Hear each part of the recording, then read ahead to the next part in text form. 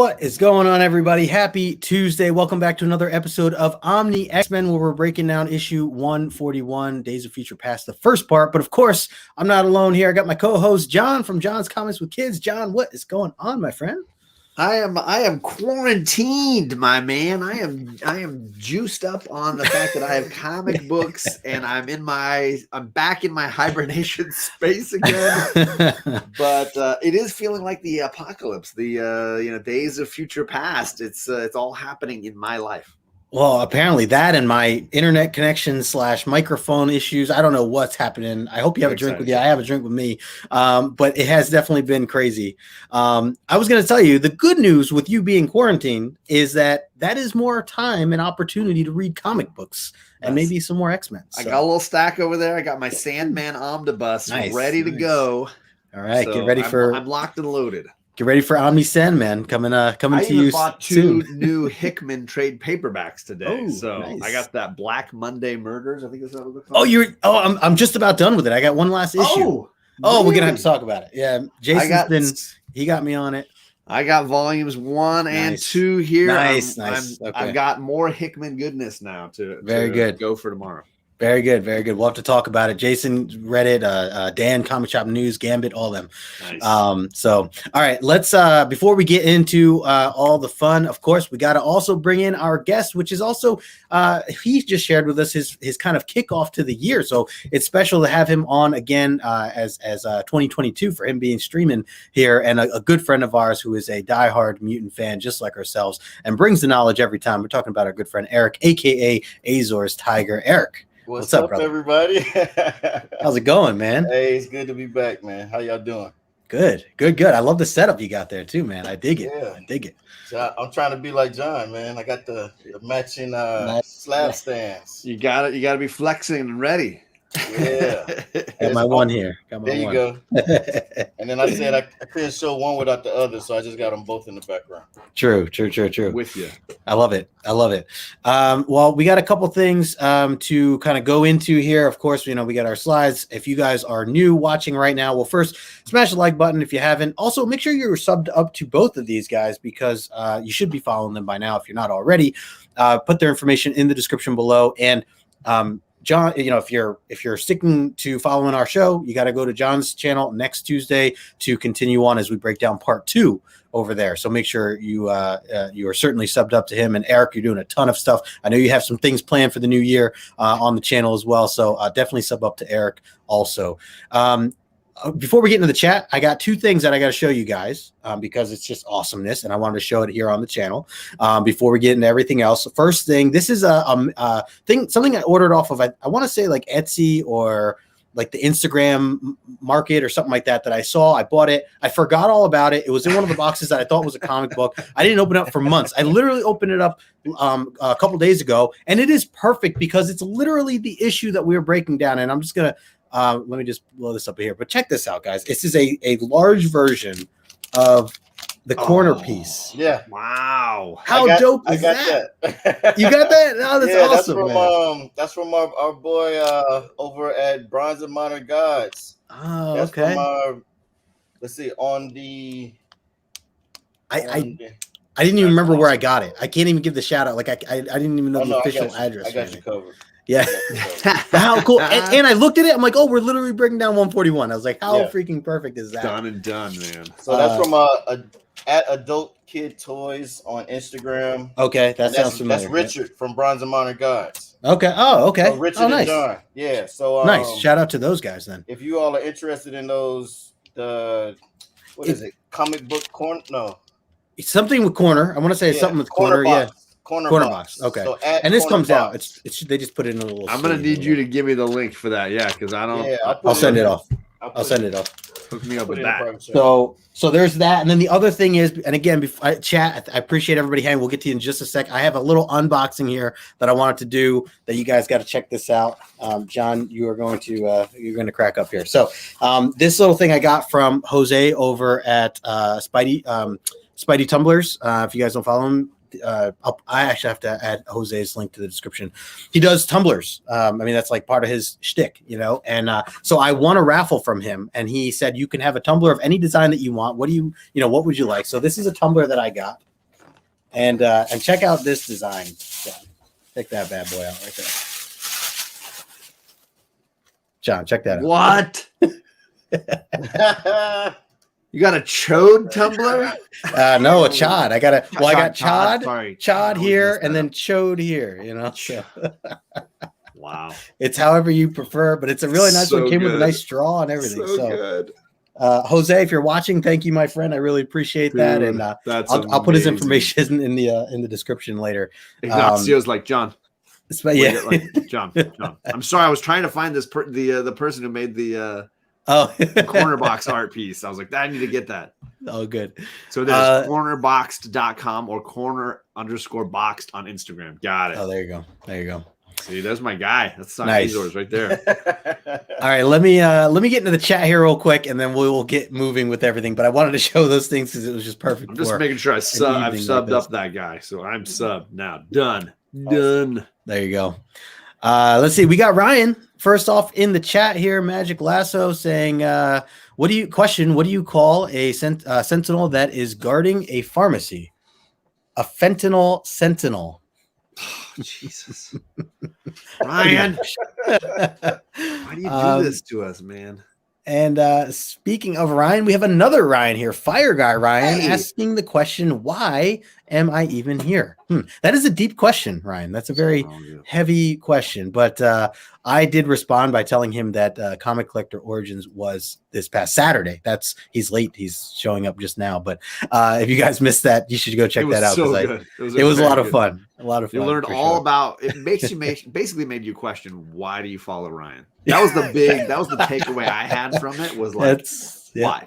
Why? There's so many question marks there. Hysterical. We have Jackson Roy Kirk in the house. How's it going, my friend? I'd never stand a chance on Comic Gories, he says.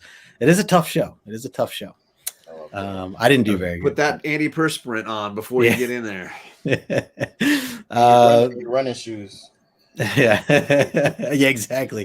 Mr. Stout, John Stout in the house. What's going on, brother? Good to see you. We also have our good friend Alan, aka Climbing Comics. We were just talking with him recently. Always good to see you, Alan. Thanks for swinging by as well. There he is, Spidey Powder Tumblers, who I was just showing the tumbler. Jose, thank you again, my friend. I actually got to hang out with Jose when he came over to Terrificon last year. Hopefully, I see you again. He's out of Texas, so really cool to be able to hang with you in person. And thank you for the nice chod/chode.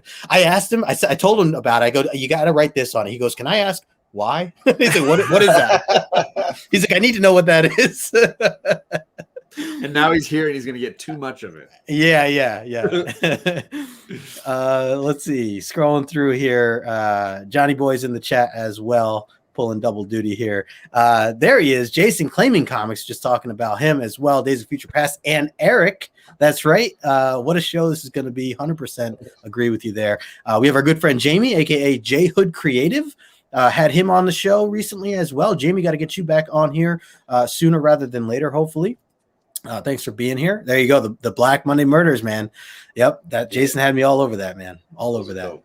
You read that? Did you read that too, Eric? I read a few. I haven't read all of it. I read like some.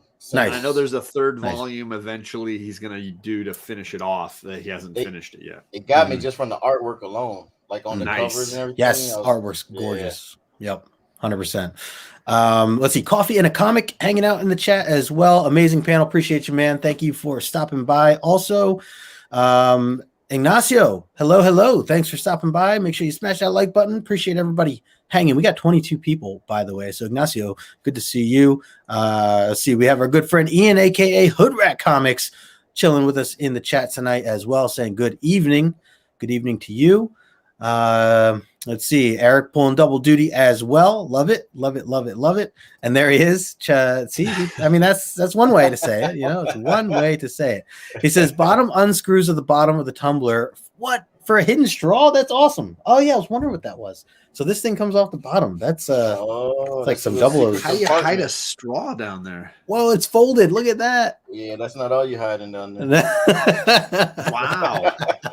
Fancy. That's awesome. That's like complicated. That's right. The 007. Watch out, airports. I'm bringing whatever I want with me nowadays. That's right.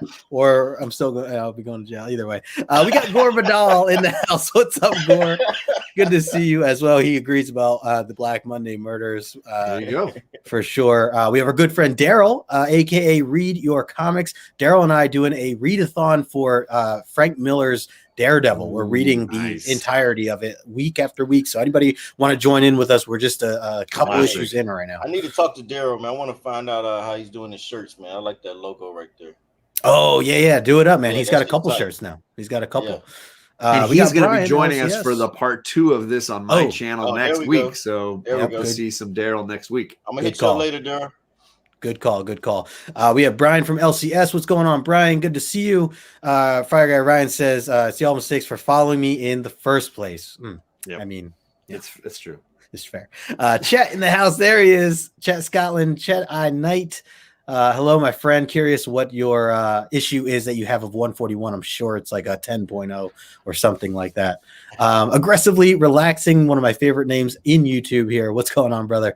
Good to see you as well. We got a lot of people hanging. Thanks, everybody, for swinging by. I just got to the bottom of the chat. Daryl says, hit him up, Eric. So there you go. Okay. So very cool. All right. Again, if you are not following these gentlemen, make sure you do so. Put their information in the description below. But let's get started. Let's talk about this book. We were talking about the beginning, the part 1 out of 2 parts here. Days of Future Past, X-Men 141. John, this is not our first time breaking this down. You and I had broken this down a year and a half, maybe probably 2 years ago now at this point, right? With White Whale. Club on White Whale Comics, yeah. And that's right. I think I remember that episode. We did both issues together. Yeah. So definitely curious to kind of hear your thoughts as this is another time for you to kind of get through this. So I'm going to pass it to you first. What was your initial thoughts on this part 1, and how would you grade this?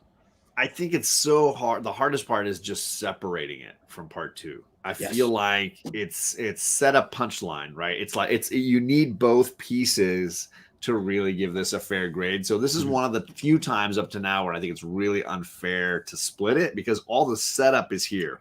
The slower stuff, the 9 panels with all the talking, it's all the slower stuff here. Yeah. And that in that way it's really unfair. But as a series, this is a 9/8 white pages beauty. I mean, it is just phenomenal and iconic required X-Men reading. And I felt that way the first time I read it. It felt very different from anything else. This concept of not only introducing whole characters, but like whole multiverses here, and then quickly throwing it together with your original verse, and then really looking at a key moment in history that is happening right now that could have huge impact going forward. All of that really great. I remember watching the episodes of the animated show, X-Men animated show, that were covering this stuff and how cool it was. If I had to be like the Deputy Downer hard ass on it, I would probably say it's a 9.6, and then the follow-up is like a 10.0, because I do like the payoff more than the setup. But yeah, the whole thing put together is it's just 9/8 white pages, baby. It's beautiful. And I mean, don't get us wrong. A 9.6 is still pretty much screaming at the top of your lungs. It's amazing. So, there's no other way to look at it, but groundbreaking and a great way to use all of these characters. And bring me some Sentinels, baby. X-Men versus Sentinels all day. Yep, absolutely. And Jason making a good point. A lot of first appearances in this book for sure. What's up, poor Mike? Good to see you, my friend. Thanks for swinging by. Also, we have Guy hanging out with us from Pressable Defects saying what up. So good to see you as well. And also I saw Chet said that he had his 9.6, if I was right. Yeah, 9.6 Stan and Chris in black ink signed. I mean, can you get any better, right? Very nice. So well said. Completely agree with you there, John. I'm going to pass it over to Eric. Eric, what were your initial thoughts on 141, and how would you grade this issue as a whole? So just like John, this issue builds you up for the entire story arc, so it gets you ready. You start connecting the dots. like you said, way more dialogue. We get some action scenes though within the book. So I think I'm with John. We give it 9.6. And like you say, it's hard to grade this one without the other, because they complete each other, right? It's like I think I picked these up at the same time. Like I couldn't, buy one book without the other. Right. So I looked up and found some nice clean copies, and I just had to grab it. I hear that. I completely hear that. 9.6. 9.6. I love it. I love it. And, I'm spot on with you guys. I totally agree and understand, kind of like it's basically like you're just kind of, if you had to choose one, which one was better, it's like, yeah, maybe the second, obviously the payoff. It's just the payoff. It's just the way a story would go that essentially would make anyone kind of lean that way. So I totally understand with where you guys are kind of describing this, and I am completely with you. For me to be different, I'm going to say 9.8 just so I can be different. But other than that, I'm like 100% with you guys. I'm just being silly. So well said all around. Obviously, just an outstanding issue altogether with how it gets you. It changes up the game, right? It completely shifts gears on everything that we've been used to reading so far, and you almost like got to pump the brakes for a second because you see this older woman coming up, you're just like, well, who's that? Where are we? What time is it? So that whole shift, I just think would pull anybody in that would read this, especially those who's been, exploring this series as a whole from that time when it was first coming out. So right. I'm all on board with that. Let me open it up here. The little slides that we have here, and let's talk about this cover first. I mean, an iconic cover all around. But what do you? Any thoughts here that you want to add in here, John, on this cover? I mean, as much as I love issue 101, and it is probably my all-time favorite cover, this is iconic. This has been duplicated again and again and again, so many different times. I love that the spotlight makes the title disappear. Like, it's really cool the way the X-Men, the M in X-Men gets covered up by it's almost like the spotlight blurs it out. This cover is perfection. It is, there's not a single thing wrong here. It all works. It all makes you always say, like, would you pick it up? Come on. Who could leave this on the shelf? You would buy all of them. I mean, it's like, slain, apprehended, at large. You're like, what? And then you see this older looking Wolverine. You're like, what is going on? The spotlight shining on him. Yeah. The whole thing looks like a concentration camp or something. It looks like they're running along the Berlin Wall or something, trying to get out of Nazi Germany. I don't know what's going on here. Right. This is riveting. It's riveting. It certainly raises a lot of questions and is something that, I mean, it stands out completely. Eric, what are your thoughts on this cover? It's been so many cover swipes of this cover. It's like I don't even think I can count how many. And when I first saw it, it's just like, oh, slain, apprehended. It's like, oh, what is going on? And then you got Wolverine, and then Kate Pride. We get Kate like we do nowadays. In the modern storylines. But this book right here, this cover, made me go get one of those jackets like that with the little fur on the collar. So I can look like Wolverine, dude. Fashion icon right there. And I always appreciate it too. Like, even like you always saying with the title, it looks like pieces of the building, concrete that was torn apart, and which goes right in line with the storyline. I mean, the story arc that they were touching on this one. So it was awesome. And then the signs in the background, like the posters and everything. Just attention to detail. I'm always paying attention to detail from an artist perspective. I always love this cover. Yep. I'm totally with you there. Hey, shout out to Raging Cajun Comics hanging out with us, JD. Good to see you, my friend. SoCal homies. Absolutely. I saw Manny's hanging out in the chat as well. Good to see you, Manny. Thanks for stopping by. I want to make sure I didn't miss anyone else here. I saw Rudy also hanging with us. Good to see you, Rudy.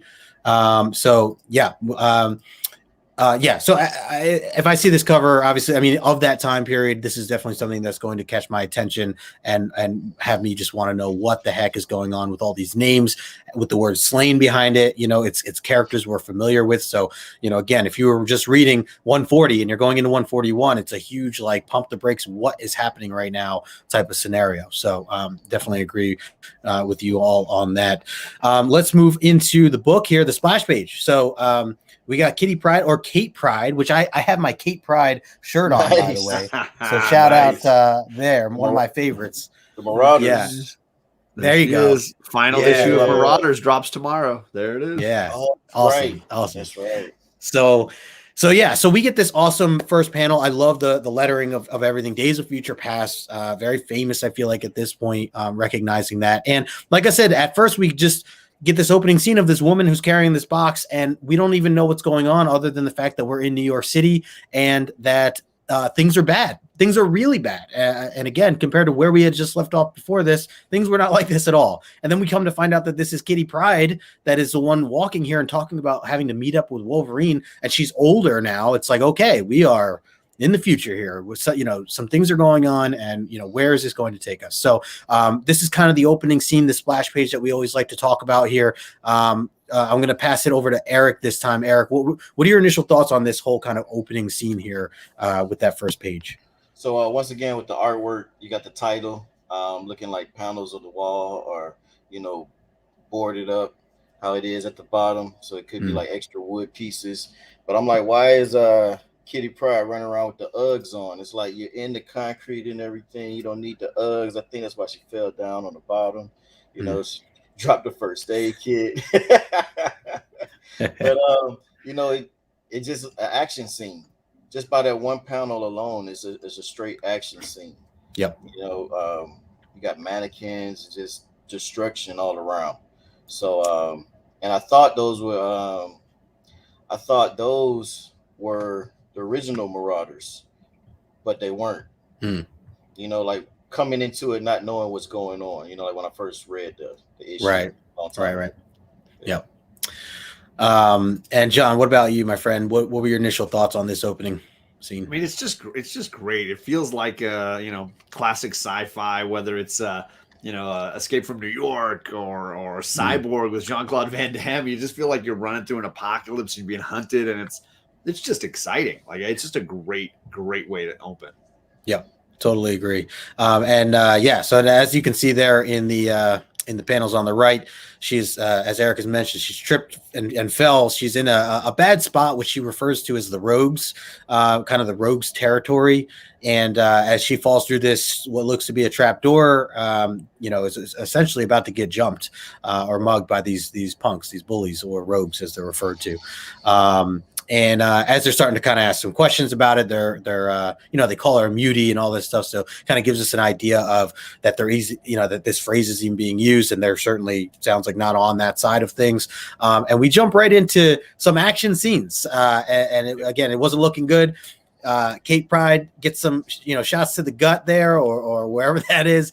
Didn't look like it felt very good, but you know, she's putting up a fight. The guy doesn't like it, and as he calls his buddies to, like, you know, help with this, of course we got the old man Bub, where he says, "No, you're not, Bub." I love this whole opening scene of him just kind of coming in, cracking his knuckles there, and he's got the jacket, as Eric had mentioned. So I wanted to make sure to kind of blow that up, you know, as part of this. I will say too, as a heads up with these pages as we go through, I didn't add anything like really funny in terms of like the gifts that we normally do, just because this issue is like, it's sad, it's dark. There's obviously a lot of dark things. Shame on you, Jeff. And no, I was like, I can't, I don't know where I can kind of poke fun. It's just some dark material, stuff. so how do you Right. poke fun? I get what Right.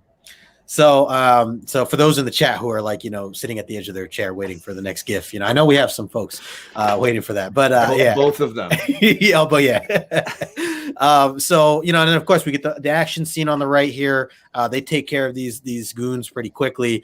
And again, the whole goal was to meet up with Wolverine. Apparently Wolverine's kind of not been discovered, and he's outside of the city, but he snuck in a meeting ground, which they felt was safe, is all they're kind of referring to as. So clearly it's not safe in most places. But John, what are your thoughts here as we go into this scene here, seeing everything that's going on? It's the classic hero moment. This was the Snake Plissken moment where he just rolled in as like a boss. It's like, no, don't worry, I got you. You. And great hero reveal moment. So cool. And we all knew who it was, even with the sideburns. And apparently he's packing heat. Is that a gun he's got on his hip? Like, we all knew it was him. Like, yeah, that's Logan. True.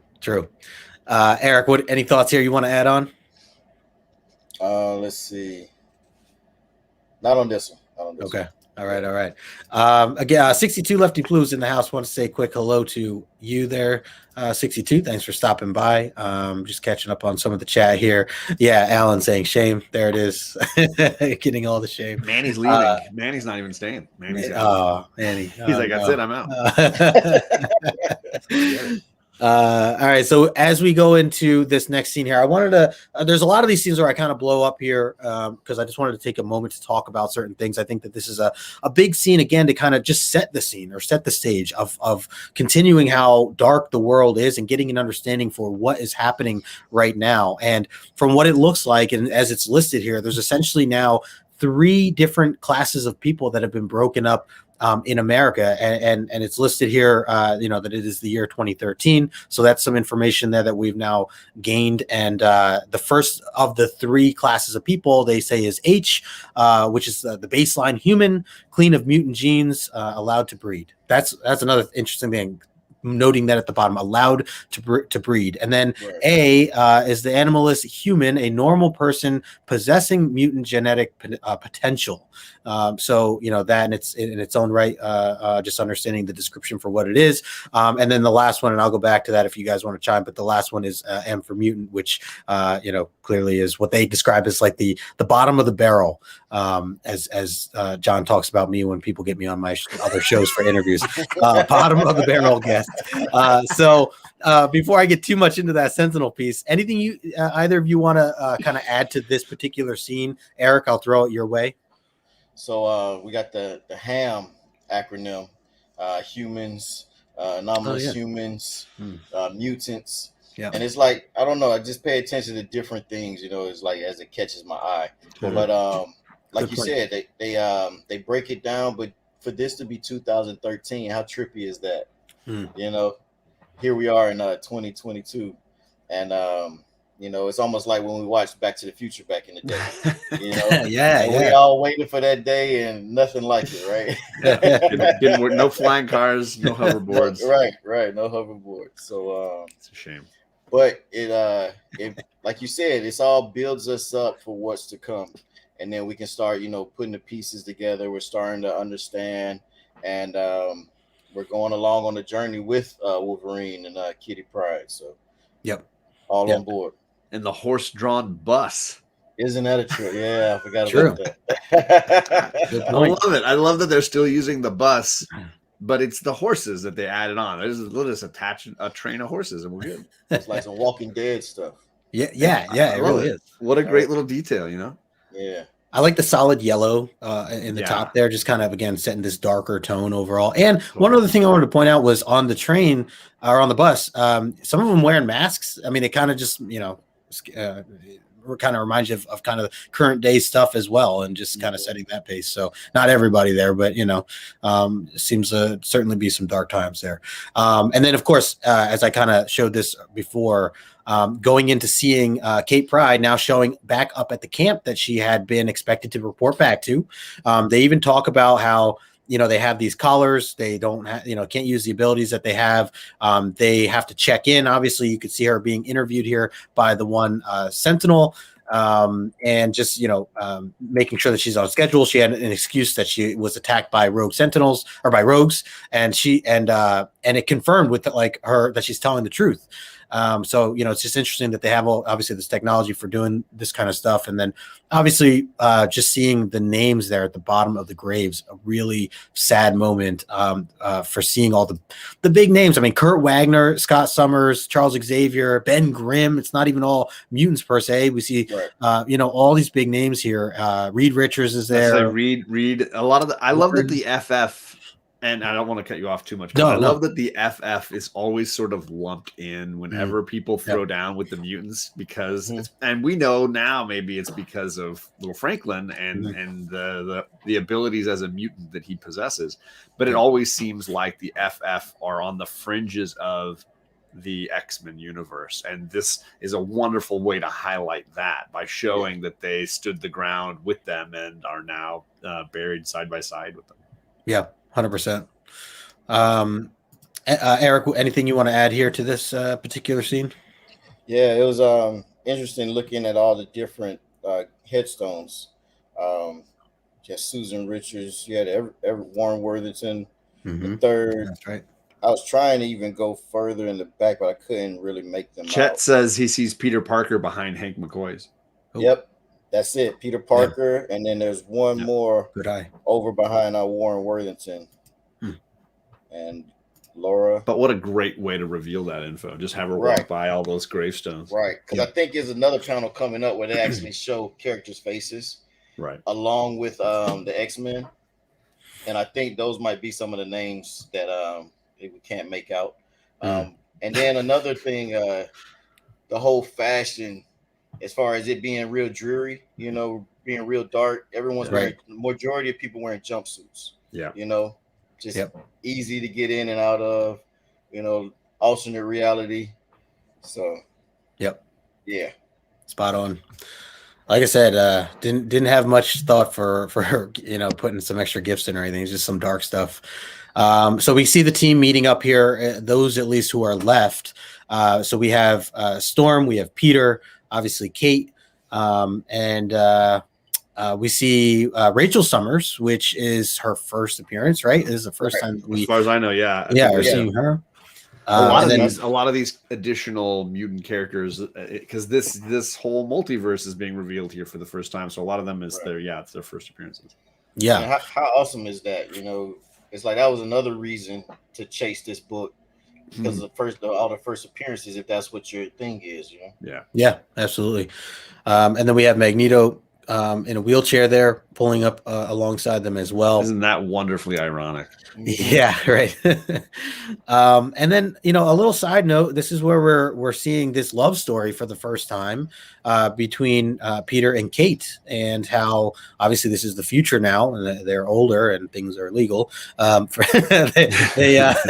They are you know, talking about their love for each other and their plan. They're essentially talking about their plan, which again, if you haven't read, the team is planning to send someone back in time, essentially, to kind of try to help reverse some things that had happened in the future. So, you know, with that being said, that's one of the dialogue that you kind of see here with Peter, how scared he is for this, because he doesn't want it to mess anything up with their relationship. And you know, she makes a good point in saying that, like, if we're meant to be, if this love is, you know, meant to happen, then it'll happen regardless, which, you know, it's just, you know, some nice words to kind of say there, especially in a tough situation like that. So obviously just a big reveal overall, just seeing these two together. And again, if you were reading this for the first time when it was coming out, this definitely was like, whoa, you know, did not see that coming. So I think he's talking about Peter Rasputin.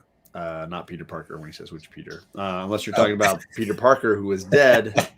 Oh yeah, maybe he's back. I do think one of the funniest things about this series, this, I don't know, look at the future, is how men's hair only grays in like a ring around the side of their head. Oh yeah. That's the only way men hair. I didn't know this. But yeah, like Wolverine, you know, Colossus, they get the like ring of white going around, which I haven't seen happen a lot in real life, but apparently in comic books, very common.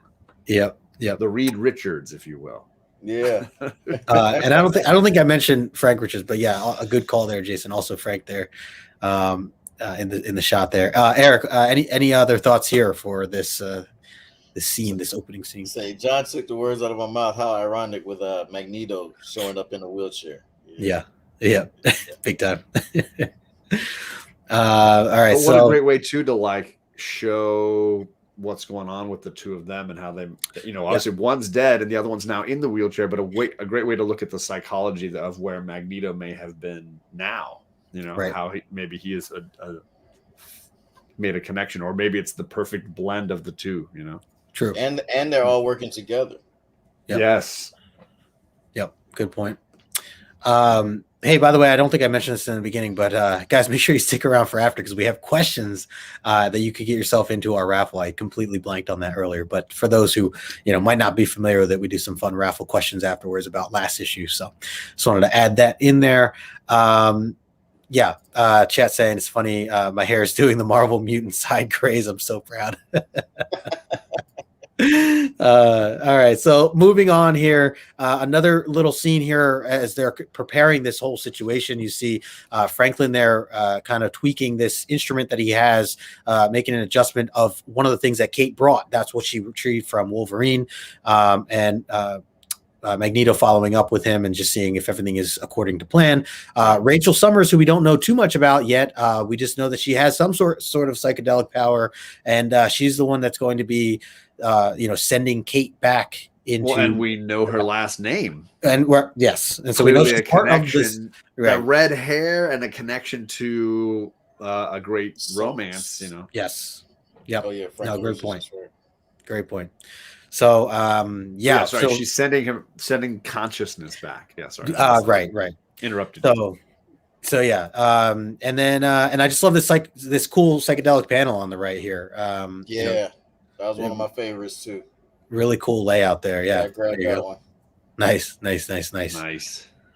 See, it's almost like looking at that. You can hear like those sounds from the animated shows we used to watch back in the day when they're like, like going through the. Oh yeah. Like you can always make cheesy effects. Right while you're reading it. Yeah. I love it. What's up, Sir Cam? Hey, Circumstances in the house. Good to see you, brother. John, what are your thoughts here on some of this stuff? It's a great premise. The concept that you could change the past, not by creating a time travel machine, but by simply sending a consciousness back or swapping a consciousness. So you're not actually like sending a person. You're sending the mind. You're the power of the mind. That's cool. Yep. Agreed.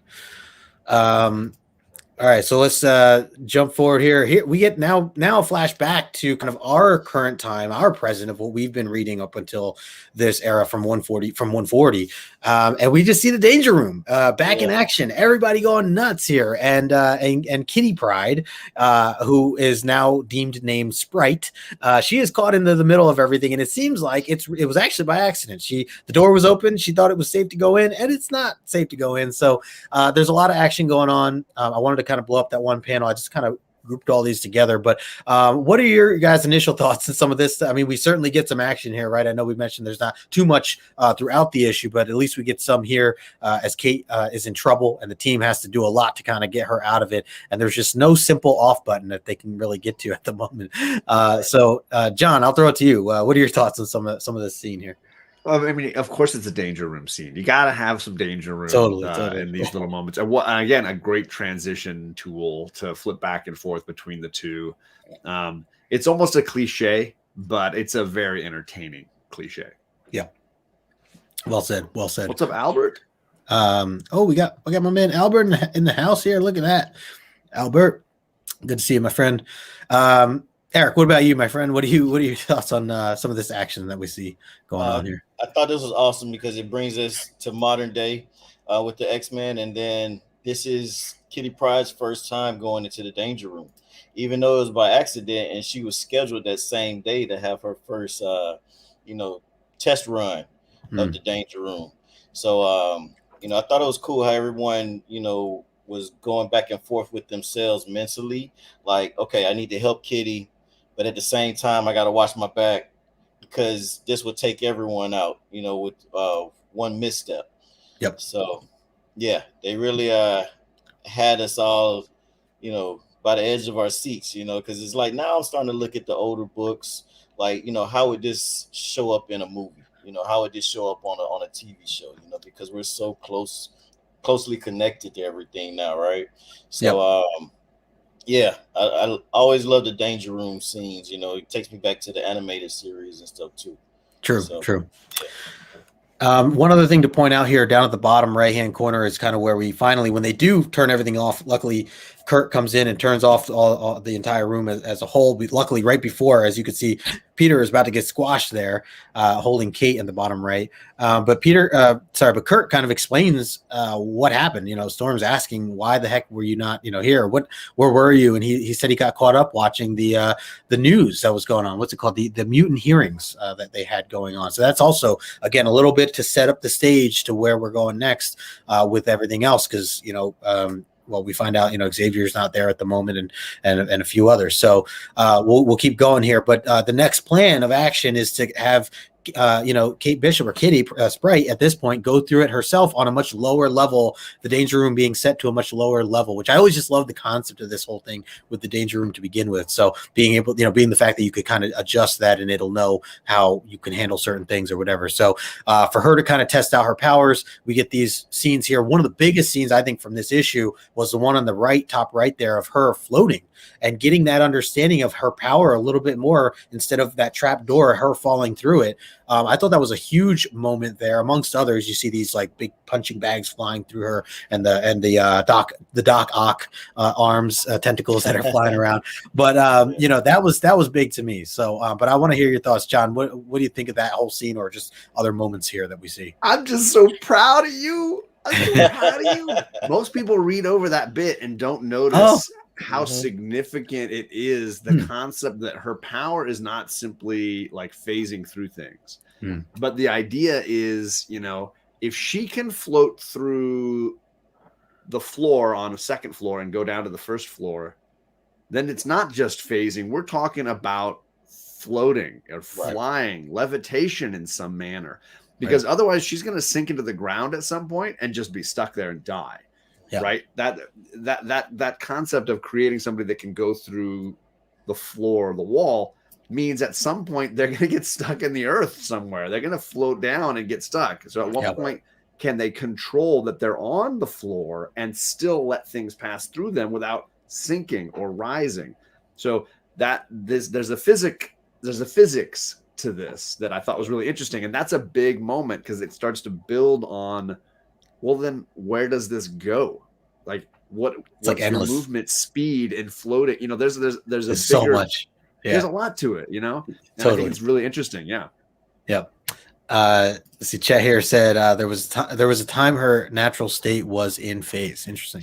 When she was Shadow Cat. That's one of my favorite storylines. Look at my man. Chet, my man. Eric, what are your thoughts here on some of these scenes that how we learn about a little bit more of her? It's interesting because this is like just the beginning for Kate Pride, and then now after reading House of X, Powers of 10, and the Marauders current series, she's badass. She can control it at will. She can punch through someone and let them know. She can pull their heart out. It's so freaking cool when she puts her hand in somebody. She's like, I can phase back in and out. End you, right? I can end you right now. And then turning people's weapons against them and phasing the weapons through people. This is the beginning of what's to come. And after reading so much, it's amazing to go back to see where it all started. And now she's not an Omega level mutant, but she's damn close. Right.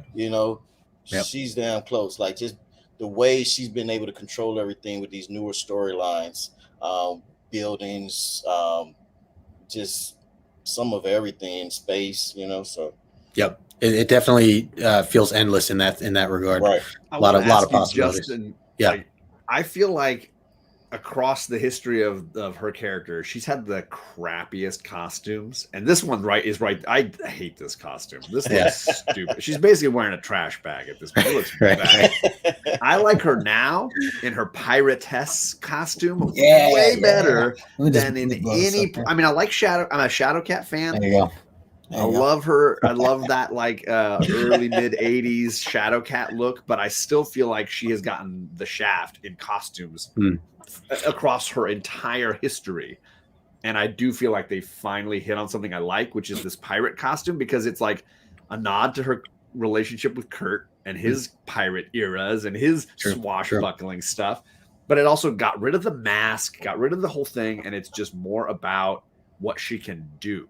And Yeah. I like, so I dig the costume now, and I hate this costume. Yeah, no, it's perfect. It's like she's a little kid or a teenager or whatever. She's learning how this all works, and the costume doesn't fit right. It's kind of awkward, like baggy. clumsy. Yeah. But it's almost like the old original X-Men. I was gonna say, It is. Like maybe it they just that's all they had in the closet for her. They grabbed one of Jean's old costumes and just threw it on her.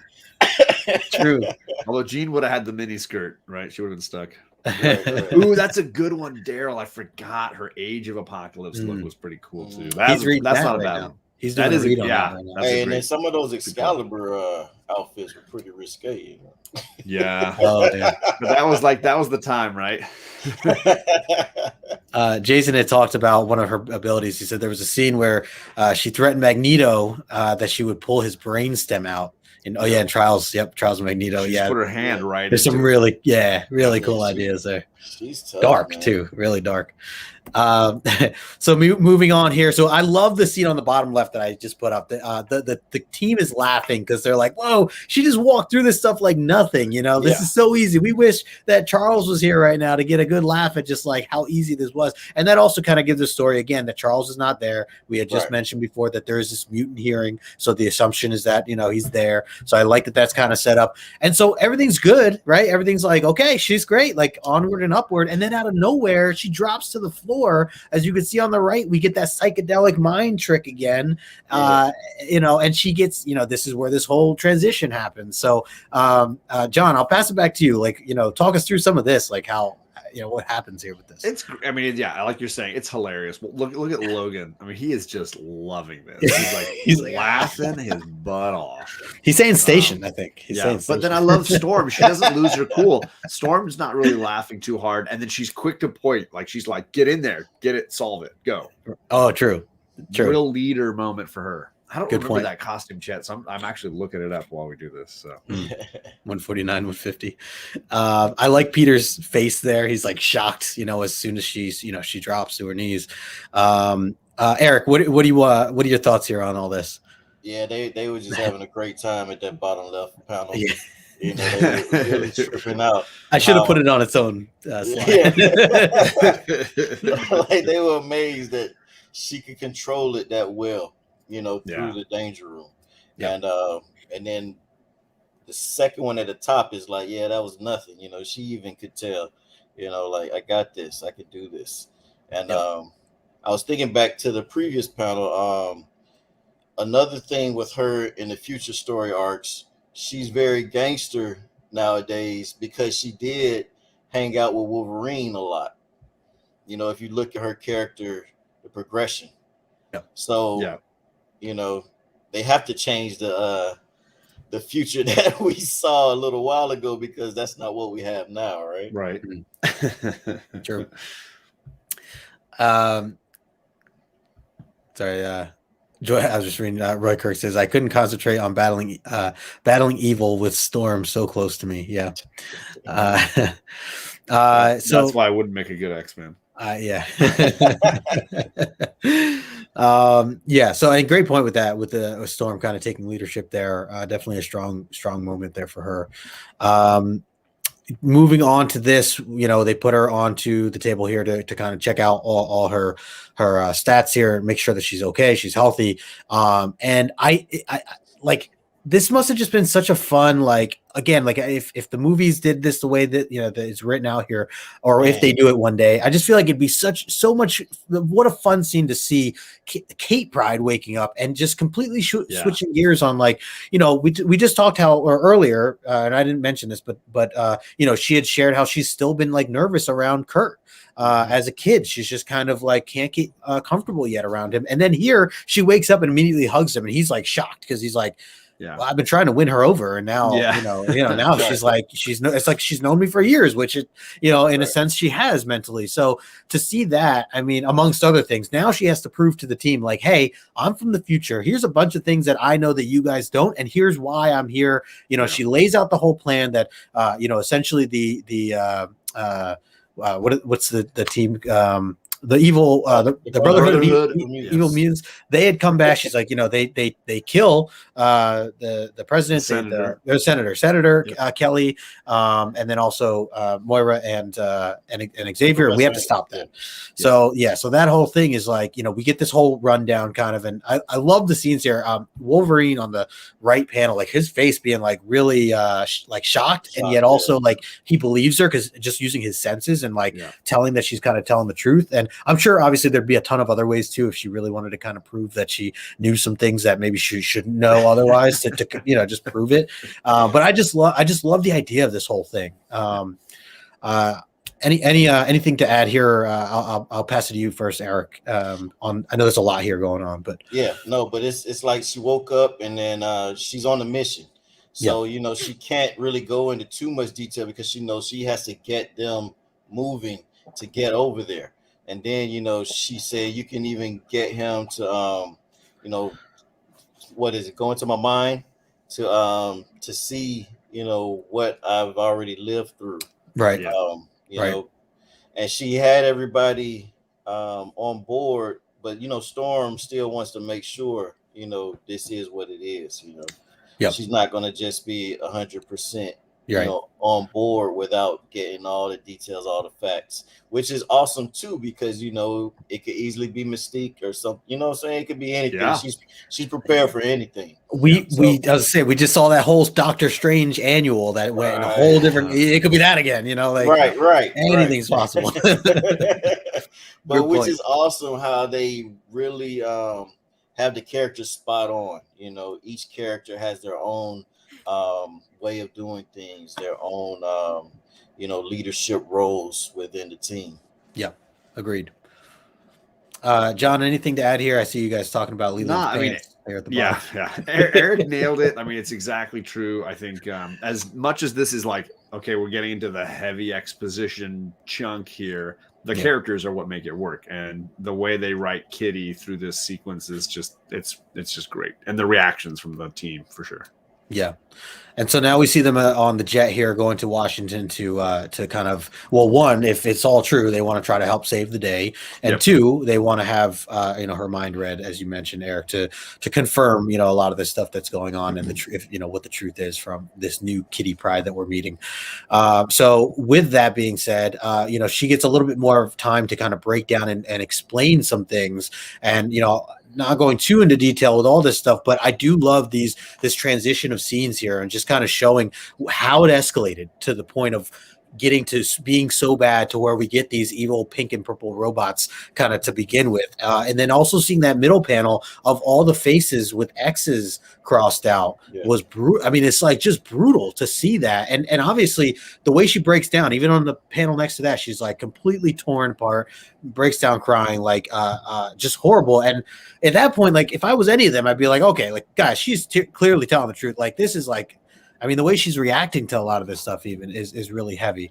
I just wanted to bring up to this really good point of what this blown up scene that I have here. I wanted to purposely do this because it does talk about how one of the specific plans as to why they chose Kitty Pryde or Kate Pryde to come back at this time is because she wasn't trained yet on how to defend herself against these psychic attacks, which I just love that they kind of clarified that as they went into the rest of the story. Like there was thought put into like not just a random mutant to send back or whatever, but here's some things to consider. And one of it was, she was still brand new in that sense with her power. So I just love that they kind of took time to explain that as well. But let me pass it back. John, what do you, what else, what do you think of all this, the build up and explaining these details? I think you nailed it. I mean, again, heavy exposition. We're getting all the exposition, but it's interesting world building stuff. You get your giant purple robots, got to have it.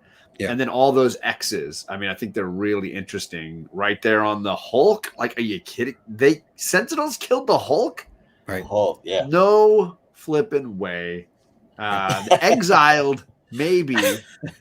Killed, I don't know. From what I understand, you can't kill that guy. He's immortal. So, it's just what a lineup of like dead heroes and Doctor Doom, but like dead heroes. Really interesting. Dr. Doom. Somehow Doom got lumped in there. I don't know what Doom is doing there. You look at that lineup and it's like one of these things is not like the others. Right. And it's Doctor Doom. That's a good point. That's a good point. That's awesome. Eric, what about you? What are your thoughts here on some of this? That's hilarious, man. And then you got Vision and Ghost Rider. Ghost Rider, right? Like how did they take down Ghost Rider? You know. Yeah. But yeah, so this is 1984. So we went from 2013 to 1984, and once again, it's amazing how they imagine things would be, you know. True. And then, like you said, just Claremont writing. It's just he was awesome, man. Yep. Yeah. He was awesome. So it's like, you know, I'm always any book where I see him doing something, you know, now I just grab it because we all know, you know, what he did for us with his writing and everything. And yeah, Kate Pryor was dealing with a lot over here, you know, just trying to stay focused, you know, focused on the mission. And but still knowing, I think another reason why she didn't go into detail, knowing what she knows, is not to freak everyone out. Like you're dead pretty much, you know, and it's like you don't know how different characters are going to react to different things. No, great point. And yeah, no, chat here. Good point. It is in that little scene is 1984. Oh, 1980. But yeah, 1980 is the Halloween and then the Danger Room panels. Yeah, but no, we follow what we're saying here. Also, Jackson Roy Kirk said, Doom turned good in order to fight the Sentinels. He knew his country could be next. Definitely something to consider there. And I don't know much. You're so nicer to him than I am, Jackson. What, me? No, Jackson Roy Kirk. To Doom. Yeah. So nice about Doom. Yeah. I'm like, no way. Yeah. Doom Art just chemist said something in a meeting. You know, he spoke out, and the Sentinels were like, not that guy. I don't know if you saw this. Jason talking about the Hulk had terrible insurance plan back up in that day. Nowadays, its cover is immortal stuff. Yeah, great point there. Turned good, quote unquote. I don't know about that. All right, let's move on here. Some more awesome. Heck yes. Here. Yeah, this is my freaking jam. John, jump right in, John. I'm taking this is let's me. hear it, man. Oh my god, this is why I paid my ticket. This is why I'm here. Burn artwork. Chose violence, and it's right here, man. It's like giant purple robots, horrible future, and we're gonna mess some robots up, man. I love this. Yep, I like that we jumped back ahead. So yeah, I mean that I love you blew up the that amazing attack on the Sentinel, so cool. And Storm and Colossus, whose hair's got the stripe going now, all metal. I love it. Yep. And yeah, so cool. This is it. This is the jam right here. So, and this is like they're all trying to move along, right? They're basically can't go back now to where they were. Again, this is the future now. Again, 2013. Yeah, she was thinking about Wolverine's got this job, right? I'm sorry, you threw it off to me, and I just wanted. No, I didn't explain crap. I was like, no, I'm not even. I was like a little kid at a candy store. He's like, "Ooh, this is fun. This is great." There's that enthusiasm again. Yeah, I love it. They had a job to do, a task. They were trying to protect this other Kitty Pryde now, because young Kitty Pryde's consciousness is now trapped in old Kitty Pryde. And they're running her through the tunnels in and around, and of course, Sentinels find them, and it's thrown. And then Franklin, Franklin, we barely knew you. Yeah, gone. Done. Jason knew. There it is. Yeah, Jason knew. Just epic. And Eric, before I send it to you, I want to jump right into this one too, and then I'll pass it along. But this scene here, come on, man, we have some fastball special, some old school stuff that they even say we haven't done this in a while. Let's do this again. You know, we get the wind up and everything. I'm so glad that this was part of this book. Eric, tell us more about this whole aspect. The fastball special, man. But yeah, so it's like, you know, they were reliving old times. You know, it's like they didn't, you know, lose a step, you know, didn't lose a beat. And now they took the collars off. Everyone took the collars off, which was, that's right. Yep. So, inhibitors. Yeah. Yep. So they were all ready to go at it. And I didn't like the part where Franklin Richards got taken out in the beginning. I'm like, Right. come on, man. They didn't even give us anything. So I guess they said they had to save that for the future. Yeah. I wanted to actually ask, and I think Chet in the chat's probably the only guy that can answer, because I'm not versed on the history of Franklin Richards. I was just curious if at this point, when the writers were working with that character, if he was as overpowered or OP as he seems to be modern wise, right? Nowadays, we know Franklin Richard is like building universes, right? He is like almost God level in so many ways. Right. But he seems pretty low key here. I don't know if they killed him off right at the beginning like this, Eric, because he is OP and the writers were like, well, he would kill all the Sentinels in a second. Or if he hadn't risen to that level of character yet, if he hadn't evolved to that Hickman level of where Hickman took him. Right. And so as a result, the writers had him played down a little bit. I don't know. I think it's like you're saying, they weren't sure what direction they were going to go with him just yet, because before all of this, we saw him as a kid. Yeah, he was still a kid. Yeah. So was this the first time we saw him as an adult character? That's the question. I think so. I think it is. So it was brand new. It was brand new. So Chet says he was sorry. I don't. You want to? No. Go ahead. He was approaching a level as a child. Right. They had to keep it in check. He couldn't control it, so he was in danger. He was a danger. But yeah, so then clearly the understanding of what he would become isn't there yet. Meaning, this may have been a writer decision or an alternate version of Franklin, who was not as OP as he is in our 616. Plus, this is an X-Men book. It's not a Fantastic Four book. Can't have Franklin take over here. Right. Claremont probably wasn't even thinking about this character like that. Yeah, no, not yet. I just double checked to make sure he had his collar off. So from the character that we know now, he would have taken out everything. Right. Yeah. Oh yeah. So he just would have reshaped the whole universe. Yeah, I thought it was awesome too. Some of the panel work where you had the building coming down on the Sentinels. Oh and yeah. It reminded me of that one book I had with you all where they were Proteus was distorting everything. Oh yeah, that same cover. Yeah, right? You're right. All the bricks to that artwork. Yeah.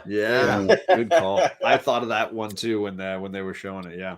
Love and it. then Good one. Just some of the awesome artwork on this is like you look at some of the statues and things that people collect, and with the Sentinels, and it goes to that in my mind. Yep. Totally. Absolutely. I saw Roy Kerr said, squirk, not as good as flang. And I can't tell if it's the noise of him cutting him or if it's the Sentinel's reaction. It feels like the Sentinel going, Could be. It feels like he's talking, like he's having a computer reaction. Yeah. and then they said the Sentinels had like human sounds when Colossus was taking the building down on them, They screamed. Yeah.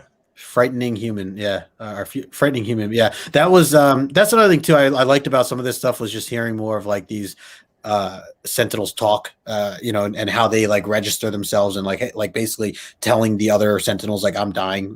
Basically, we saw that in like the early issue 98, issue 99, like that kind of stuff too. But different set of Sentinels here now. But let's keep it going here as I remove certain. I did it. Chat. Oh, you did. Okay. All right. Thanks. Hey, we got Nigel in the house. Desired Comics. What's going on, brother? Good to see you. Thanks for stopping in. All right, we're jumping next. Now, completely shifting gears again. This is October 31st, 1980. So now we're on Halloween. We're here arriving in Washington, D.C. There's the Pentagon. And we have what seems to be this woman who's, walking through the halls. She's reporting to the colonel here, talking about some test results on my desk on Monday morning, yada, yada. And everything's all casual. But then as you can see at the bottom, obviously, we see some things change up as it's really Mystique, kind of secretly undercover. And she's really taken time, as it mentions, I think here, that it's, for her to build up her kind of her credit here at the Pentagon. So, yeah. So big deal. That doesn't just happen overnight. No, it was clearly planned and built out for a long period of time. So, and again, just kind of showing off Mystique and her abilities and how dangerous she can really be here with some of this stuff. So we see this quick transition, and then we go right into I kind of coupled a few things together here, but we see the team. We see the team of the Evilhood or the Brotherhood of Evil Mutants. I always mess that up, I feel like. So we see the Blob here along with Pyro. Right. We see Avalanche. We get introduced to Destiny. Again, this is what we were talking about with a lot of first appearances here. Avalanche, Destiny, and Pyro being there first. Obviously, Blob has been in the game for a while, and just them kind of not getting along here. On the right, you can see the few of the guys there fighting, kind of scuffling there and disagreeing on some things. But we see a little bit of Destiny and her ability, as well as Mystique is kind of asking, like, what do you envision, as she can essentially see the future. Really cool set of panels all together. I like how they're kind of scrapping a little bit and showing off their powers at the same time. John, what are your thoughts on some of this stuff as we get into kind of these final pages here? I mean, it's Mystique all day, right? She's such a great character. Existing, I would argue, somewhere between good and evil in the best ex-villain characters way. I think to Lasso's point, first time we see her in an X title, and she owns it, right? She walks in like a boss and is like just taken over here in such a great way. The previous boss of the evil mutants being Magneto, and she earns her stay in this role, just like Storm is earning her leader spot on the X-Men. Really love this entrance, really love her coming on the scene like this, and starting to leave her fingerprints on this whole series. Again, a ton of exposition, and some of the dialogue a little bit ridiculous, because the writer is trying to tell us who these characters are, what are their powers, and what are they trying to do. But of course, these characters would never say these things to each other in this moment.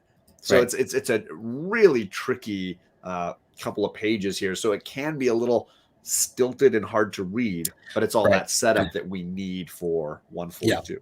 Yeah, I like that they didn't spend too much time trying to like explain their powers, but that they did just use these small panels just to get a little glimpse of some of that stuff, as you're saying. But yeah, the dialogue definitely can be, as you're getting through some of it, a little choppy. Eric, what are your thoughts here on some of this stuff as we meet this team? Yeah, it was awesome. Like John was saying, she's almost like the antithesis for Storm, and then you have how we were talking about Dr. Doom in the beginning. She kind of plays the fence, as far as on a selfish level, what's going to work for her, and how she sees things. And then, like you said, she ended up being like a second in command with Magneto, and was able to take the lead when he wasn't there anymore. And, Blob was coming from that, old school mentality when he used to run with Magneto and letting them know. And she was like, well, you're not in charge now, so you need to step down. And everybody else was on board too, because they were all with Mystique, ready to do what she stated for them to do. True. So I thought it was cool, man, because we got introduced to new characters, and the artwork always grabs you, like the pyro scene right there. Yep. Yeah, it is cool seeing that fire light up there. Hey, we got Damien in the house. Sleepy Reader 666. What's going on? I saw Ruben Guzman also hanging out with us. White Tiger. Hello. People talking about some first appearances and stuff in the chat. We see some love for Destiny, as well as anyone who's reading Hickman right now, and some of the wildness that has gone on recently has been good, some really amazing stuff. Cool to kind of see her first appearance here. And, she's like older and, just definitely a different, view compared to, again, if you're reading more current stuff. So, but it's interesting.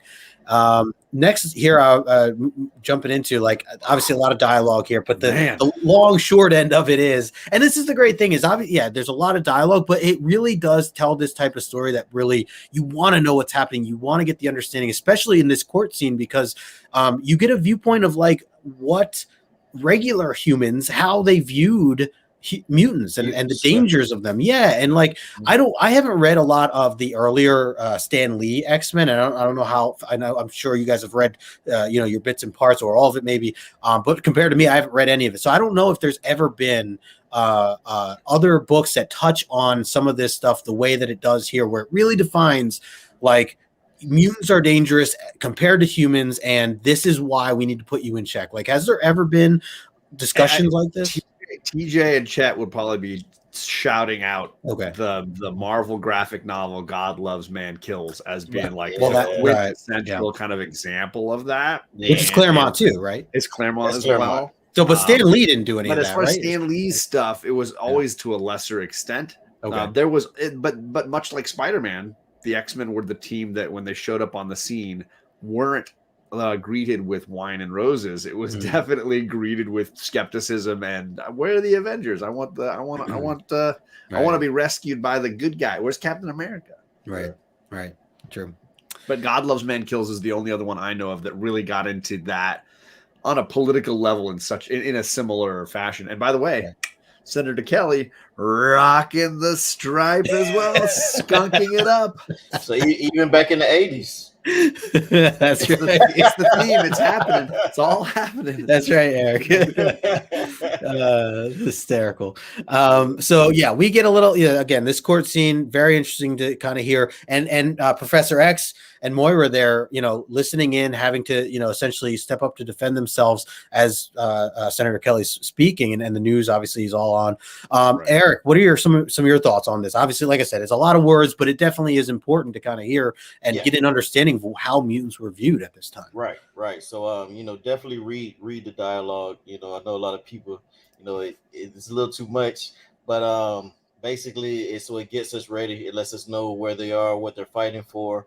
It lets us know how the people are looking at them. Like, even the cameraman and the other guy, they were like, "Oh, it's Warren Worthington III. Maybe we can catch an interview from him. What's he doing here? Da da da." And he's looking like he's straight from the Hellfire Club event. And then I'm so glad you brought this up. If you look at Warren's outfit and look right next to him at Logan's outfit, what the heck are these? I never noticed that. I was right about to say that next. Here's what I picture, right? The jet lands. We saw them all in their costumes on the jet. So the jet lands, and already we're landing a jet in the middle of Washington, D.C. Like whatever. Like look, they're all in their gear. Yeah. Just like on the flight from New York to Washington. They land somewhere subtly in Washington. And then here's the conversation, right? Logan's like, okay, guys, we gotta be cool. We gotta be chill. We can't draw attention to ourselves. Lay low. We need something low key when we go in there. So everybody put on your best pimp outfit and we'll go in. We're gonna look super chill. Nobody's gonna notice us. Nobody's gonna notice. This is the gear. Subtle, guys. Go subtle. And then he comes out with a white hat. He's wearing a white hat into kind of. He's even got the cowboy string tie. Yeah, the bolo. What the hell are these guys doing? Right. I've got to imagine Storm is actually wearing a calm, chill outfit, and she's looking at them like, guys. We talked about this. We made a plan. Did you not get the memo? So bad. I didn't see that. Ryan was talking about that there was a nod to Lois in the interview with Warren. Is that? Let me see. I'm trying to look back. I say Lois should interview Warren. The African American guy with the camera says, "Tell Lois to try for an interview." I wonder. So he's saying, he wonders if that's a nod to Lois Lane. That's interesting with a wink. I mean, maybe. Something to think about. Very cool. And then of course, as we get down to as he's starting to make his points and Moira is starting to come back, at Senator Kelly, we get this huge explosion, as you can see kind of in the bottom right-hand corner there, and it leads us to the final pages, which so good.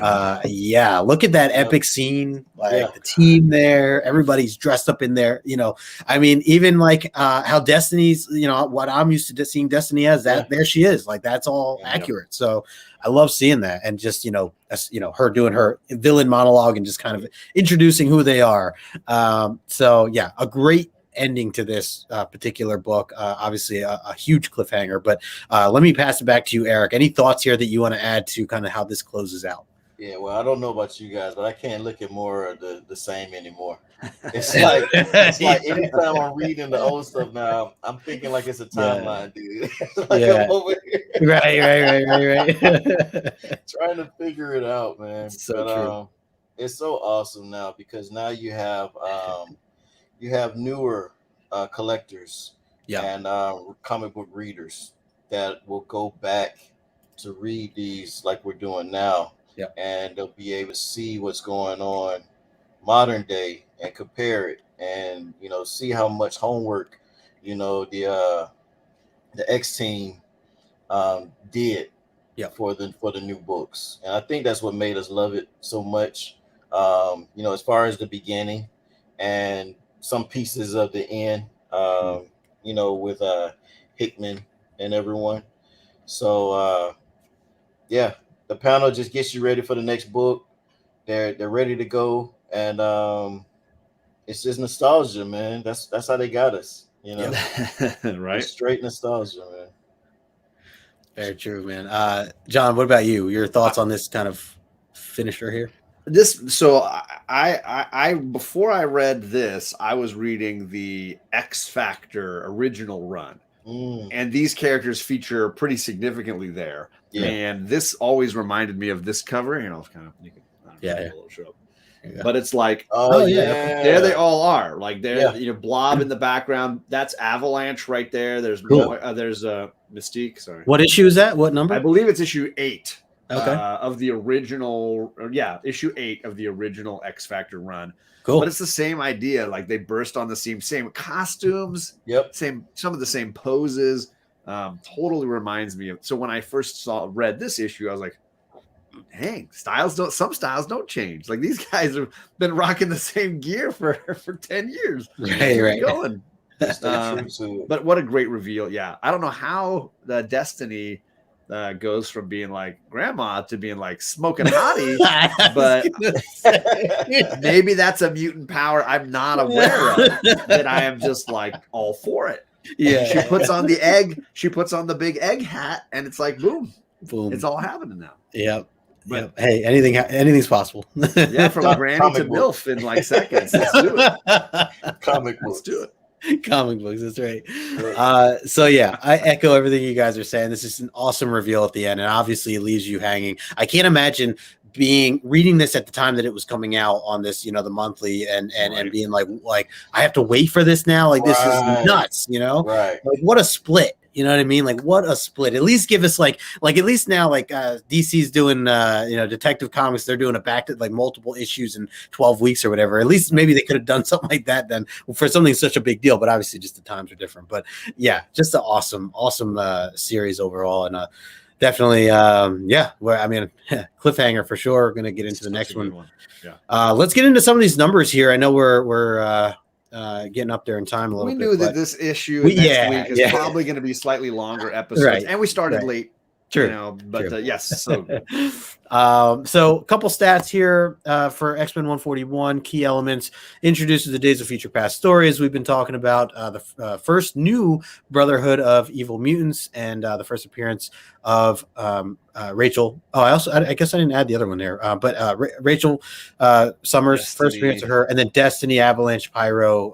Forgot to add those in, so sorry about that. But yeah, and then also technically death of Franklin Richards, which counts for something. I see Chet with the 1 9.9 up there. I was gonna say, so we Chuck. do get 9.9, and you can see the fair market value on that 9.9 is $2,000, and that's not tracked as far as how long ago that was. Because there's nobody sold it. No right? one's Nobody's selling that sold it thing. in years. No one probably. is selling that. Yeah. So that's insane. And then even the 9.8s, you know, there's 705 9.8s out there. There's over 1,000 9.6s. So there are a lot of these higher grade copies of this, which is, you know, it's a tougher book. It's a darker cover. Yeah. The spine is tough to keep clean. So, and obviously a great read, which I assume back then people were ripping open to read. Like it was just a very readable, kind of like 107, you know, it's just something that I'm sure a lot of people at that time were just reading it, not even considering anything else. But so it's understandable, but in a way that is kind of high numbers.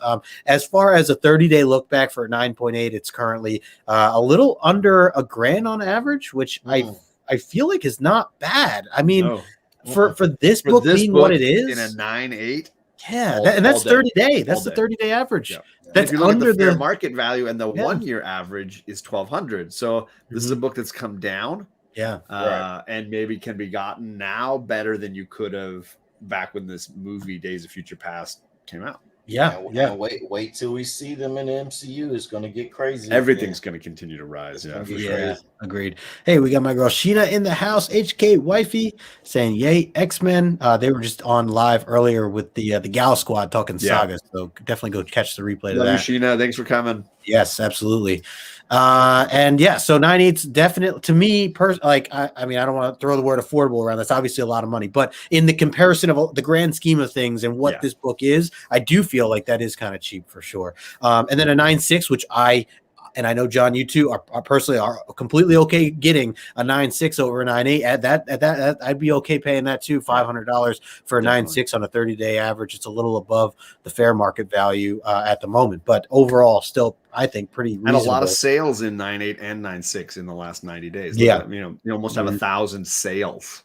Yep, in 9.8s and 9.6s in the last 90 days. Yeah, I mean, that's a lot of change in hands. I wouldn't mind even just a 9.4 sitting there at $330 for a 9.4. If it's I'm happy with my raw. I'd take any of these. That's true. Yeah. I got my raw. That's true. You can see Justin shopping right now. It's I totally. I'm like, let's go. Eric and I are like, I got mine. Hey, I need to send it in, man. Let's go to Whatnot real quick and take a look on Whatnot. I'm never in a rush to send mine in. Because this is like for the PC. I'm not. I'm not getting rid of that. Right. Yep, I hear you for sure. Yeah, I mean, I'll flip through mine. Chet, cover your ears, but I'll even flip through mine. My keeper. This is my keeper copy for sure. Yeah. John, I bought an omnibus for a reason, bro. I got the Omni for a reason. It's right here. I can flip through that anytime. This is true. I want. Right. All right, so this is kind of what wraps everything up. Is there anything that I had missed, anything that either of you want to add on before we get into some of the Q&A questions here towards the end? Anything else here as we kind of wind down? No, it was fun, man, because I actually reread digital last night. Nice just to make sure I was refreshed and didn't forget anything, if anything stood out. Oh, Chet, you don't mean that, my friend. You don't see what I'm working with. You see what I'm working with. You see what I'm working with. Oh, see, Jason, I flipped through my shit earlier today. There you go. I see awesome. Them. So very cool. Yeah. Other than that, just can't wait. A quick reminder, make sure you're following John and subbed up to his channel, because that's where we're going to continue this conversation next Tuesday at 9:00 Eastern, and we'll be with our good friend Daryl from Read Your Comics. So make sure you are subbed up and following and ready for that epic breakdown to kind of continue this part 2 of Days of Future Past. And of course, make sure you're following Eric. And we're not closing out yet, but thank you, man, for being part of this. Obviously a very special issue. I'm glad that you were the one to kind of snag that and jump in with us there, because you brought all the knowledge with you, brother. So I appreciate you. Thanks for always inviting me, giving me a place to talk X-Men. You all know I love this and do it all day. So it's always a good time hanging with you guys. Yeah, for sure. And like I said, you guys can follow Eric as well. I put his information in the description below. Azor's Tiger over on Instagram. So guys, let's get into some of the questions. We have a Q&A. It's all stuff based on last. We took a little break, but last episode we have a couple questions. So if you are in the chat right now, get ready to answer these questions. If you're the first or second, then you get your name on a raffle ticket to be part of these raffles. We have multiple raffles going out. I have artwork that was drawn by our good friend Nicholas Lane 77 on Instagram. I gotta remember to put his information in the description. A great guy, and he's drawn up some really great stuff for us. And then John's also doing a mystery box as well to add on. And I know some other friends of the channel, they're going to be diving in. I think Chet had something for us as well. Here's the piece there that's going to be part of the raffle. So this could be yours. Man, look at that. Nicholas Lane, labeled by the Omni X-Men. There we got our brand up there, which is cool, and just an epic piece. So that could be any one of yours this summer. And I talked Justin out of putting Leland on there, so you all can thank me. He really wanted it. He really wanted the whole Fire Club thing. There will be a part 2, and that'll be in the corner. Hey, I'm winning something this year. I'm competing. There you go. I like it, Eric. Now, you're not eligible tonight, though. You got to. That's right. One up on me tonight. Everybody take advantage now while Eric's out of commission here. And again, shout out to Nicholas Lane 77, a great guy, some great artwork. John had recently purchased a bunch of other things from him as well. So just a really nice guy. He's taking commissions as far as I know still. So, and great prices too. So just putting that out there. All right, let's get into the questions. So John, I'm going to send it to you first. What is your first question that you want to kick it off with? Yeah. I have a big X-Men sort of history question here. My first question is, what activity is Colossus doing at the beginning of the issue that was a big problem for Byrne and Claremont? There was a big debate between the two of them about a lot of things, but what was it that Colossus was doing that was a huge problem for Byrne and Claremont? And a reminder, we are looking for a funny answer. So if you don't know the real answer, we are certainly looking for a comedy answer.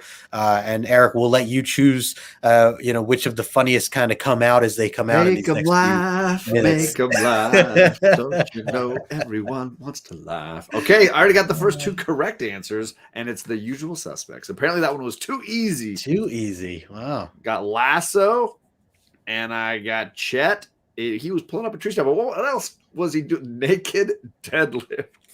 Now, let's see. Did Chet spell everything right here? We just want to make sure. I mean, he didn't use a capital letter like Lasso did at the beginning. Sentences start with a capital, Chet. Chet's like, you mother father. Comic Forge. I'm glad it's not on my channel, that it's on his channel. That I'm gonna pass on. He was peeing on a tree stump. I mean, Chet. Oh my gosh, TJ with a deep cut X-Men lore there. He was creeping on Kitty Pryde. Let's be honest, this is tough. That is a problem. That is I have a problem with that one. These answers are good. These are some good comedy answers here. He's crying for Mother Russia. Eric, you have a tough job here. Yeah, I think I'm about to go with 62 Lefty Blues because he did it first. And just Naked Deathless. I love it. There you go. That was a stacked competition on that one. That was a lot of great ones. A lot of great ones. But I thought that question was well worded. I thought I could get some good laughters out of that one. Totally. All right. All right. So let's see. My first question I'm going to ask is who did we see break out of prison at the end of last issue? Who was the character that broke out of prison last issue? That New Mexico penitentiary didn't do a good job. Didn't do its work. I would have been ready for these comedy answers. Yeah. So right. good. I already see the answer. He missed out. All right, here we go. So the first correct answer is Albert with the answer Blob. That is correct, my friend. And the second one we have here, unfortunately, Chet, Bob is not the correct answer. I'm not sure who Bob is. I don't think that's correct. But the next correct answer is Ryan Magic Lasso with Blob. So Albert and Ryan, congratulations on that. Disqualified. Wow. Oh my god. You can't make this stuff up. It's just So good. Bob, that's So too good. funny. all right. So some funny answers here. We got Marcus He Stewart says, from "I hate Guy y'all." Comic Forge. Yeah. Oh, The so chat just that's jumped good. on That's me. a good one. That's a good one, Eric. In the private chat. That's good. Magic Lasso saying the Supremes. As always, Eric Martha Daniels. Stewart is a solid answer from Comic Forge. The band on the run, TJ says. Yeah. They did. They broke out. He goes, "What's wrong with Bob?" 62 lefty with OJ. OJ. I was trying to see if anyone would come up with what I did, but I guess not. No. Damien says Flubber. Flubber. There you go. All right, we're gonna give this one to Guy Forge, man. The Comic Forge. Yeah. Yeah, man. I mean, Martha Stewart. That's solid. That's solid. Nice. All there right, you go. so Guy is on the list. Very nice. Hey, and we talked about this. All you need is one ticket to win some of these prizes That's the end of right. the season. So You're in it to win it now, man. Yeah. Yep. All right. Go ahead, John. On to you. So from the beginning of the issue to the end of the issue, I'm going to go with this was all about the Wendigo. Which superhero was able to defeat or stop the Wendigo in the issue? So who was the character that actually put down the Wendigo? Name that character. So who was it? Who stopped the Wendigo? We should get some funny ones here. We could get some funny ones out of that one. I don't think we're going to top that first round. That's pretty amazing. So good. How carefully do you think Chet types now? Man, spell check. Gonna get you. Ooh, Nigel sneaking in there too, though. Okay. So I got right. Nigel and Chet. Am I a good one now? Yeah, Chet first, and then Nige. Very nice. Desired Comics. So I got you boys, and then we got some comedy going on there too. Let's see. So far, I see Bugs by Mr. John Stout. Bugs Bunny. And Bob again. Jess says it was Bob. Let's see. Guy says I was gonna say Bob stops him, but I think it was Azor's tiger.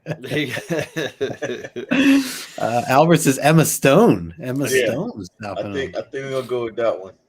Yeah, all right. all the Emma Stone talking Ghost Spider. So I don't know. Damien's saying Winnebago. Winnebago stopped Wendigo. I like that too. All right, so we're going with Albert here, right? Emma Stone. Yeah, Emma Stone. Nice. There you go. Well put. Done. All right. Oh, you got one more question, sir. Last question here is it's I'll just leave it at what it is. Give to me the name of last issue's title. What was the official title of last issue? There you go. X-Men 140. That could be anything. Could be. It could be anything. A lot. Yeah, could be a lot of things. There's a lot of. I feel like there's a lot of community members that kind of are known as this name as well. Couple good ones. Oh, woo, and there they are. Quick. Homies 1 and 2 ready to go. They're not playing around. No, Ryan is like ready to go. He even has a capital R. He's got an exclamation. There was an exclamation point that was required. No, I was gonna say. Is that his title? Or he's just would be like. Ooh, Jason. The title was Theo. Oh, that would have been good, I Jason. like that. Johnny Boy. Is Johnny Boy just interacting with us, or is that what he's saying the title was? I think he's just saying I don't hello. think he's saying that it's called because I was going to say he was. That would be funny. I mean, he submitted the answer, so you can take it however you want, Eric. I like that, Jason. Good one. I do there. like that it's called Theo. I mean, Rage. Shout out to Rage Theo. Stop me before I hurt myself. Stop in the name of love. Definitely some good ones here. Yeah, stop in the name of love. I'm gonna give it to Johnny Boy, dude, just because I thought that was his answer. There you go, Johnny Boy. Give him the hype button. he doesn't even know what he won, right? That's funny. You're Congrats, in the running. Johnny That's Boy. all that matters. You're in the running, brother. The aftermath of naked deadlifts. Albert, you were just like one shot. Oh man, yeah, that's a good too. That's a good one too. He had to get all the capitals in there. But He really wanted I to get correct. gave everybody a chance, though. You know, True. Pick somebody different on each one. True. There you go. Look, Johnny said, "Yeah." There you go, Johnny. So, Johnny, if you're just joining us, your name is now going to be part of a raffle that we do at the end of this season. So it's probably going to land sometime in the summertime, but stick around and watch our videos as we continue doing these. We'll be, as a reminder, we'll be over on John's channel next Tuesday, 9:00 Eastern, to talk about part 2 of Days of Future Past, and we'll be with Daryl from Read Your Comics. So really excited for that. I want to thank everybody again that's in the chat right now. We got a strong 13 hanging with us. This has been a ton of fun. I was so excited to talk about this issue and excited to continue with this. So it's just been a blast and a great way to kick off this new year. So hope everybody in the chat is doing great. I want to thank you, Eric, again, for being with us here today and kicking off the new year. First stream for you back in the new year. So perfect way to kind of start that off. And I know you're doing a lot of things on your channel right now and not a lot of plans coming up. So we're looking forward to all that you have coming up. Make sure that you are subbed up to Eric if you are not already. Azor's Tiger over on Instagram. And then, of course, like I said, John's information also is in the description below. Any final, anything extra you want to share? Or actually, I'll throw it to you real quick, Eric. Any last minute things you want to you have coming up or wanted to mention here before we kind of close out? We'll say this week is going to start off my new year. First appearance with you guys. First appearance back on YouTube this year. Nice. I'm going to have a surprise episode on Thursday on Azor's Tiger channel. So we're going to get things geared back up. And then I got some other guest appearances coming this week on some other shows. So nice. Stay on the lookout. I'll be promoting on Instagram, bringing some new books to the forefront, All right. Nice. All right. Very cool. John, anything that you have going on right now? I know you had just done a couple live streams, some really good information. Just had Comic Gories last night, so you can catch the replay of that. I thought it was a pretty hilarious ladies' night with some awesome community members involved. So definitely would checking out. A lot of great books. I don't have anything big going on in the next couple of days, but I had nothing planned. And now I'm home quarantining, so I possibly might do some stuff because I'm waiting to see if I'm negative after having a student in my class test positive. I do have 2 boxes coming from CGC this week. Should arrive Friday. One was a reholder set. 7 or 8 books that needed new cases, but the other 14 books I got in a modern submission. I don't know what the grades are, so we will do a blind unboxing at some point over the weekend. And then I'm on Karate Kevin Superpower Reviews show on Saturday. Nice. What book is that? I like that one. I'll be with you, John. Yeah, you will. That's all right. Nice. Sounds like a packed week, and absolutely love it. I this Thursday, I just want to add in here, I'm going to be doing a breakdown with the movie review crew, which is Alan, Jason, and Haley. We're going to be talking about the movie Spider-Man 3, the Tobey Spider-Man 3. So we're actually going to break that down just for old time's sake, and one that I had not seen before. Just watching this recently, so it'll be interesting. I'm chewing it back. I will chew back the vomit. I'm sorry. Got a little something stuck. Yeah. But no, it's a great. It's talk about good hate viewing, right? Just get in there. Yeah, it'll be. I have some words. I definitely have some. Anybody on that panel says underappreciated Topher Grace, they're getting 5 fingers to the face. I'm just telling you right now. That's it. Yeah, I never knew why they picked him to play Venom, dude. If anybody says something nice about Topher Grace in that movie, it's done. It's done. That's unsubscribe right there. Yeah, automatic. So there you have it, folks. And Saturday I have Comic Collector Origins. I've been back with that too. I have Swaggle Hoss actually going to be joining me as my guest. Nice. So looking forward to that as well. That man's been killing it over on YouTube, and definitely. Yeah, Mickey's a great guy. So looking forward to that, 2:00 Eastern, the usual. Other than that, a lot of great football, playoffs coming up. I know John's very excited about the stickball stuff coming up. So we'll leave it all at that. Otherwise, a reminder, make sure you're going to follow John for that. For next week, we'll be the 9:00 Eastern. We'll be there. So thanks again, everybody. Have a great night, and we'll talk to you later.